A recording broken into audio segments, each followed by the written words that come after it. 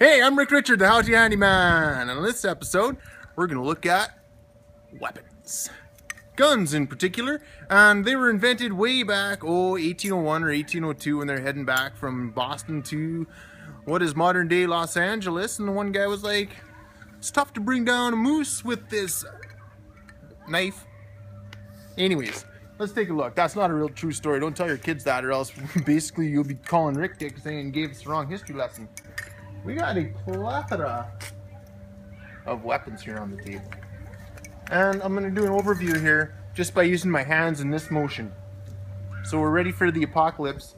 Or if there's a waterfowl apocalypse, boom, 12 gauge shotguns. Move over here, let's make this a small one. This is a 22 lever action with a scope on it. And we got two big guys here, 7mm. This will knock your shoulder off if you shoot it more than 3 times. So if you miss the first 3 times, go home. Eat that rice that you made last night, pretty much put some sauce on it, and cry yourself to sleep because your shoulder's not going to be better for a couple days and you have no food left. This guy is a 243, and similar to the 30-06 rifle, you can take down big game. You know, you can take down white-tailed deer. I usually use it for white-tailed deer, mule deer. I usually pop up like you saw me there, and I startle them.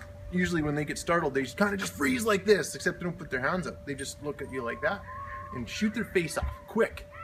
Quick and to the point, pretty soon you're eating venison. This one here, let's take a look at it. This is a muzzle loader 50 cal.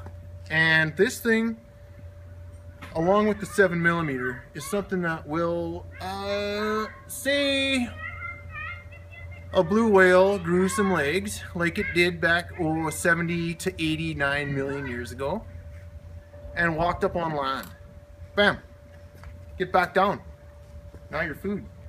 That's the 50 cal was. This one, we'll talk about that one a little bit more. Got a couple of pellet guns here. Notice how my junk's here because I'm not too scared. Yeah, I'm sure it'll penetrate, but I'll keep functioning. This one here is 30-06. This is my go-to rifle for almost anything you can think of. Someone comes in the yard, no more kneecaps. Someone's climbing around on my roof, trying to do roof type things like roof vandalism. That's what's happening. Like a plane flies over, all of a sudden they see a giant dick etched in on your new shingles. This is the gun that came in handy that one time. He's not etching anymore. He can't even climb a ladder, that guy. He's weird. He's weird anyway. Probably should have just put him in the home for people that shouldn't even be on the streets. Enough about that. I probably shouldn't have told you that story. Here's a 1930s 22 caliber, and this is a single shot. This thing is, the story goes, this is what Cuz told me. This is what Garrett told me as well about this gun. Is that it came out of hiding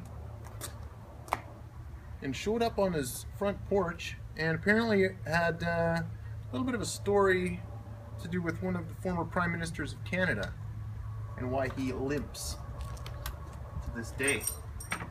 You don't shoot that one anymore unless some old guy comes over and says, does it still shoot? I'll bet you $50 that he's tipsy on non-O'Duals, which is actually pretty anything with a percentage in it, because O'Doul doesn't have nothing in it.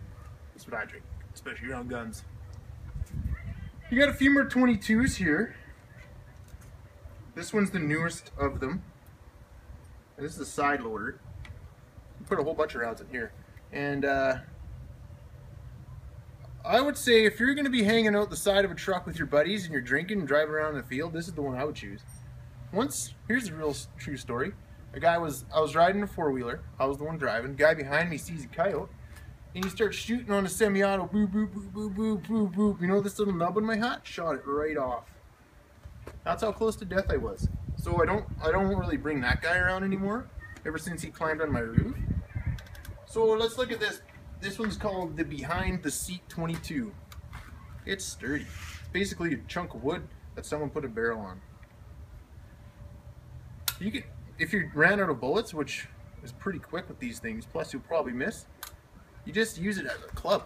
Boom! Chop someone's neck off. These are your bush fowl. This is what I like to do in the bush. Only when there's kids around though, because they think it's so cool. I don't usually hunt with kids, but when I do, I like to use 2 guns, so they're like, they come back and say, oh, you should have seen. So I'm just like,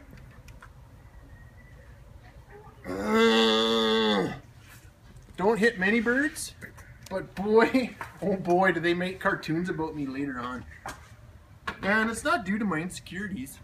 It's to teach them what cool looks like and what not cool looks like. Let's go back to this gun, which we'll be using later on today. This one fires a shot every 1/4 second. So it's faster than you can actually bring back your finger to squeeze. So you put, well, let's say 100 and 150 rounds. I brought this one down to Cuba, actually, believe it or not. And we were hunting, what were we hunting? The 2-pronged antelope. The ones that were there that someone brought down from Canada. Anyway, I was hunting them with a shotgun for some reason.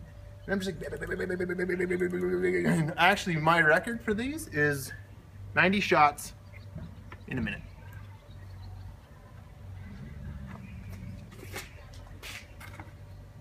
One more thing to show you, because this is really funny. This is urine. And what you do, I don't know how they got it out there. I think they milked it. They milked the elk, the female elk. And you apply it somewhere, and guess who comes running? The bull elk. So Cuz was in the bush one day, leaning over. Let's do our best impression. He's leaning over. I start spraying this down his crack. So pretty soon he's running through the bush away from this bull elk. And Gary and I are just laughing and laughing because he has no idea why he's getting thrown to the ground but not mauled. Something else is happening that day. Luckily, humans and elks can't make babies. Let's just say that. I'm Rick Richard, the How To Handyman.